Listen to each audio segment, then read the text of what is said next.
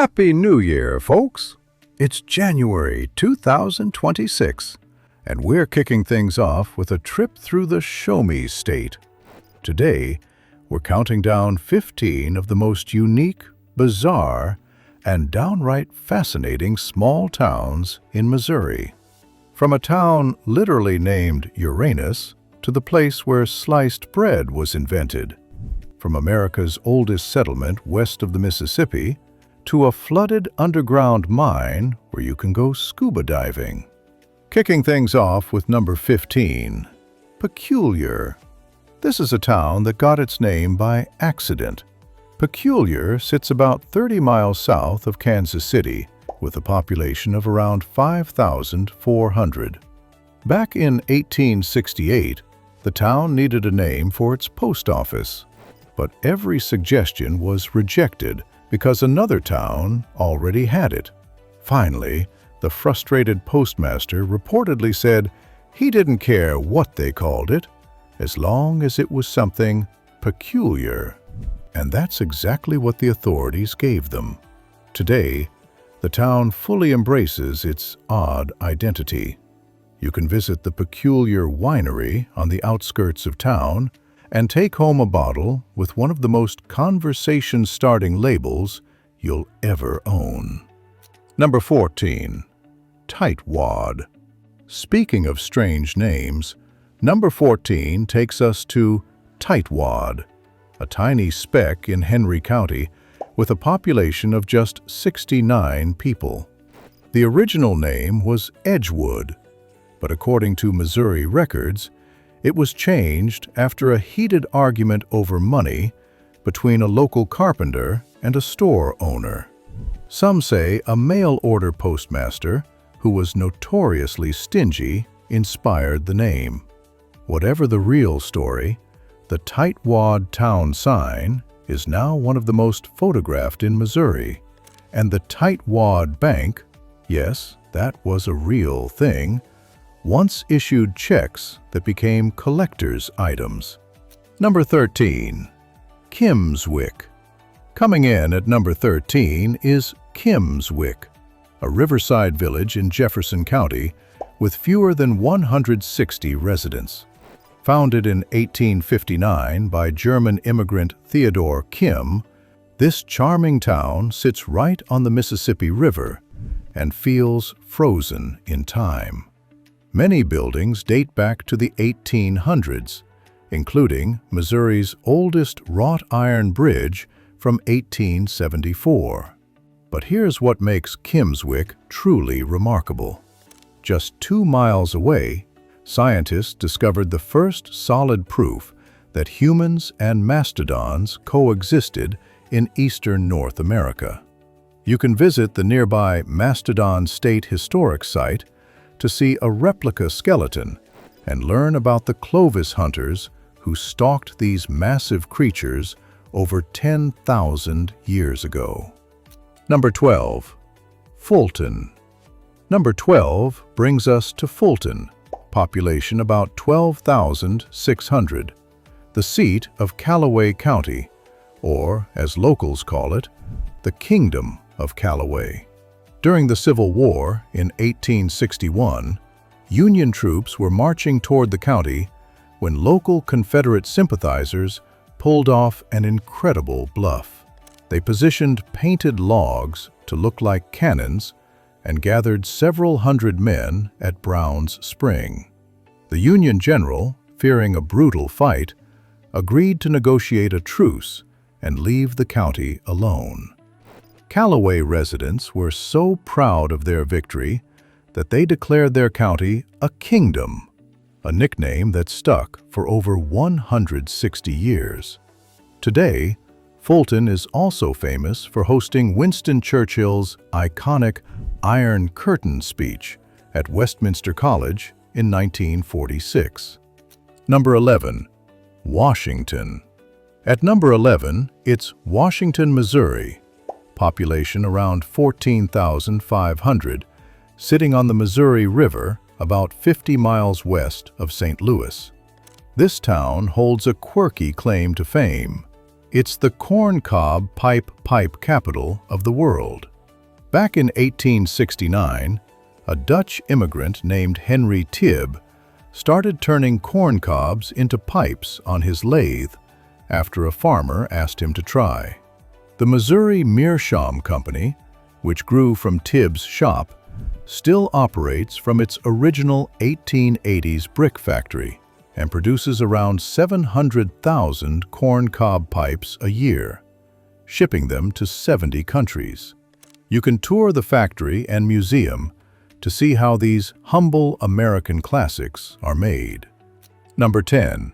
Camdenton. Number 10 takes us to Camdenton, a town of about 4,000 at the heart of the Lake of the Ozarks region.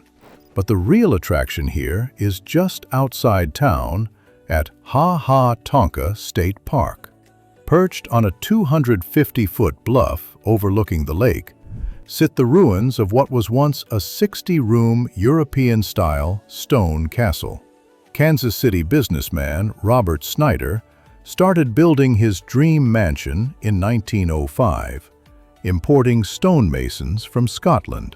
But Snyder died in one of Missouri's first automobile accidents in 1906, and though his sons finished the castle in 1922, it burned down in 1942. Today, you can explore the haunting stone walls and enjoy 15 miles of trails through caves, sinkholes, and Missouri's 12th largest natural spring. Number 9. Weston. At number 9, we're visiting Weston. Population around 1,750, tucked into the bluffs of the Missouri River, about 45 minutes northwest of Kansas City. This picturesque town is home to America's oldest continuously operating whiskey distillery west of the Mississippi River. The Holiday Distillery, founded in 1856, sits on land that Lewis and Clark charted back in 1804, when they discovered the limestone springs that still provide water for bourbon production. Weston was once busier than Kansas City, with over 265 steamboats docking here in 1850. An 1881 flood shifted the river 2 miles away, which, ironically, helped preserve the town's historic character. Today, over 30 antique shops line the streets, and the town has been voted Best Day Trip from Kansas City for 13 consecutive years. Number 8 is Arrow Rock, Missouri, one of the smallest National Historic Landmarks in America. This village has just 56 full-time residents today, but it once had a population of 1,000 and was one of the busiest river ports between Kansas City and St. Louis. Named for the flint that Native Americans used to make arrowheads from the bluffs, this was a critical crossing point on the Santa Fe Trail. The J. Houston Tavern, built in 1834, is the oldest continuously operating restaurant west of the Mississippi. 3 Missouri governors came from this tiny town, and artist George Caleb Bingham painted some of his most famous works here. The entire village was designated a National Historic Landmark in 1963. Number 7. Bonne Terre. Coming in at number 7 is Bonne Terre, population around 7,000, in the heart of Missouri's historic lead mining district. The name means good earth in French, and for good reason. This area once produced 70% of America's lead. But here's the incredible part. When the massive Bonne Terre mine closed in 1962, they shut off the water pumps, and groundwater flooded the lower 3 levels of the mine. Today, it's the world's largest freshwater scuba diving destination. The billion-gallon lake fills 88 miles of underground passages, and divers can explore submerged mining equipment, rail cars, and even buildings frozen in time. Even Jacques Cousteau filmed here in 1983. If diving isn't your thing, You can take walking tours or boat rides through this underground wonderland. Number 6. Uranus. At number 6, and yes, this is really its name, we have Uranus, Missouri. Located just off Route 66 near St. Robert, this isn't technically a town, but a quirky tourist destination created by self-proclaimed Mayor Louis Keene. Starting in 2013, he transformed an old roadside property into a wonderland of juvenile humor and roadside Americana. The Uranus Fudge Factory greets every visitor with a loud, "Welcome to Uranus!" You'll find the world's largest belt buckle, a sideshow museum with two-headed animals and circus artifacts, life-sized dinosaurs, and endless pun-filled photo opportunities. It's cheesy, ridiculous, and absolutely worth a stop if you're traveling Route 66. Number 5. Chillicothe. Number 5 is Chillicothe, population around 9,100, and it holds one of the most important culinary claims in American history.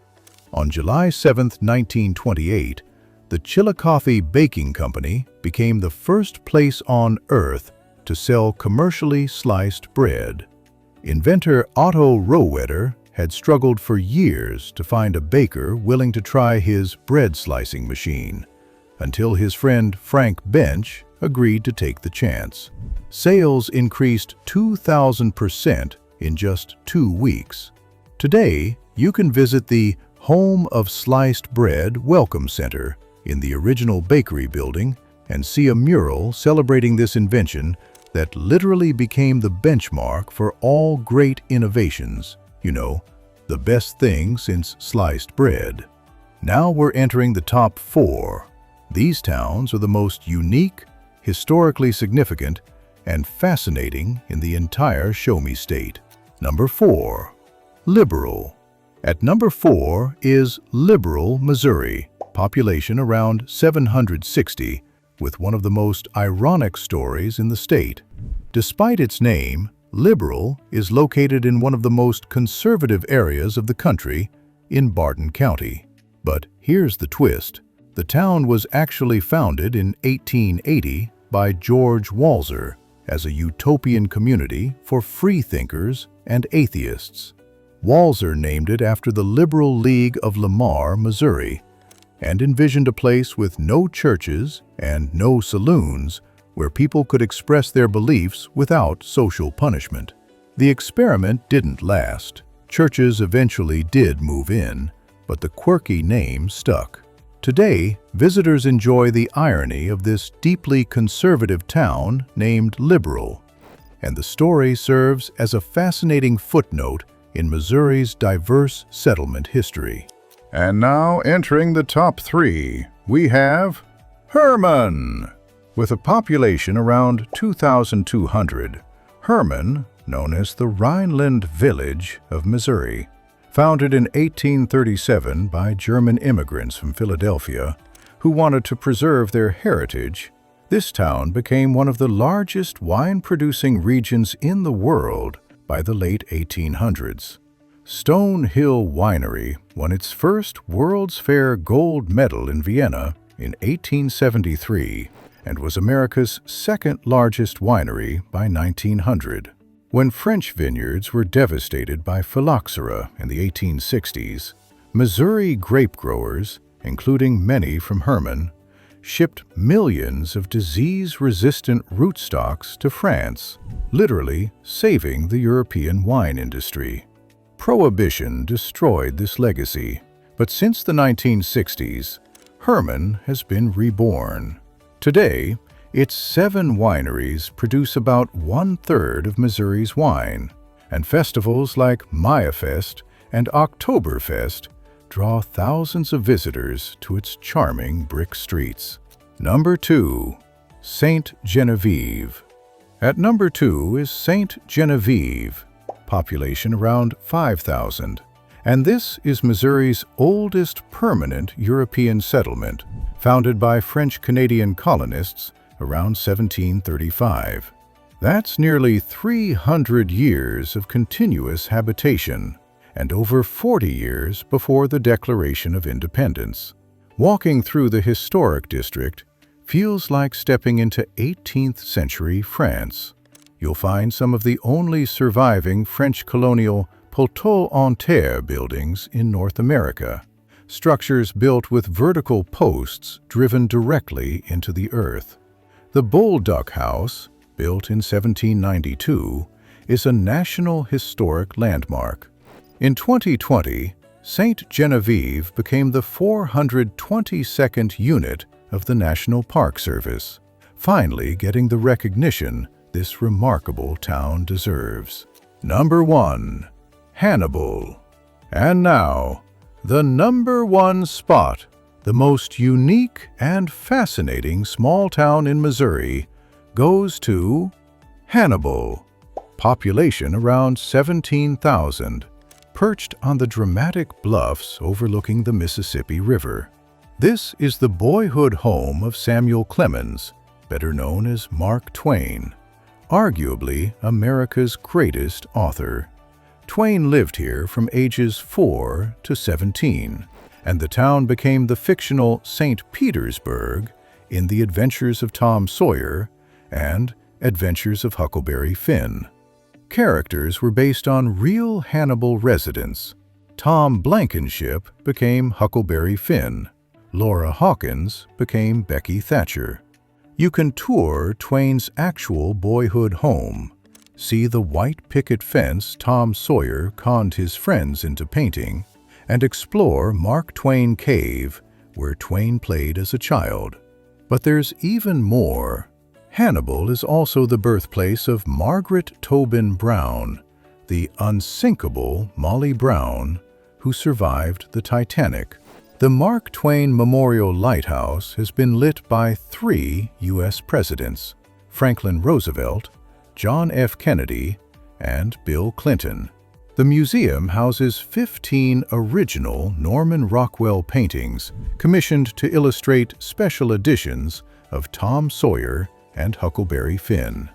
Every July 4th weekend, 100,000 people attend National Tom Sawyer Days, complete with fence painting contests and the crowning of a new Tom and Becky.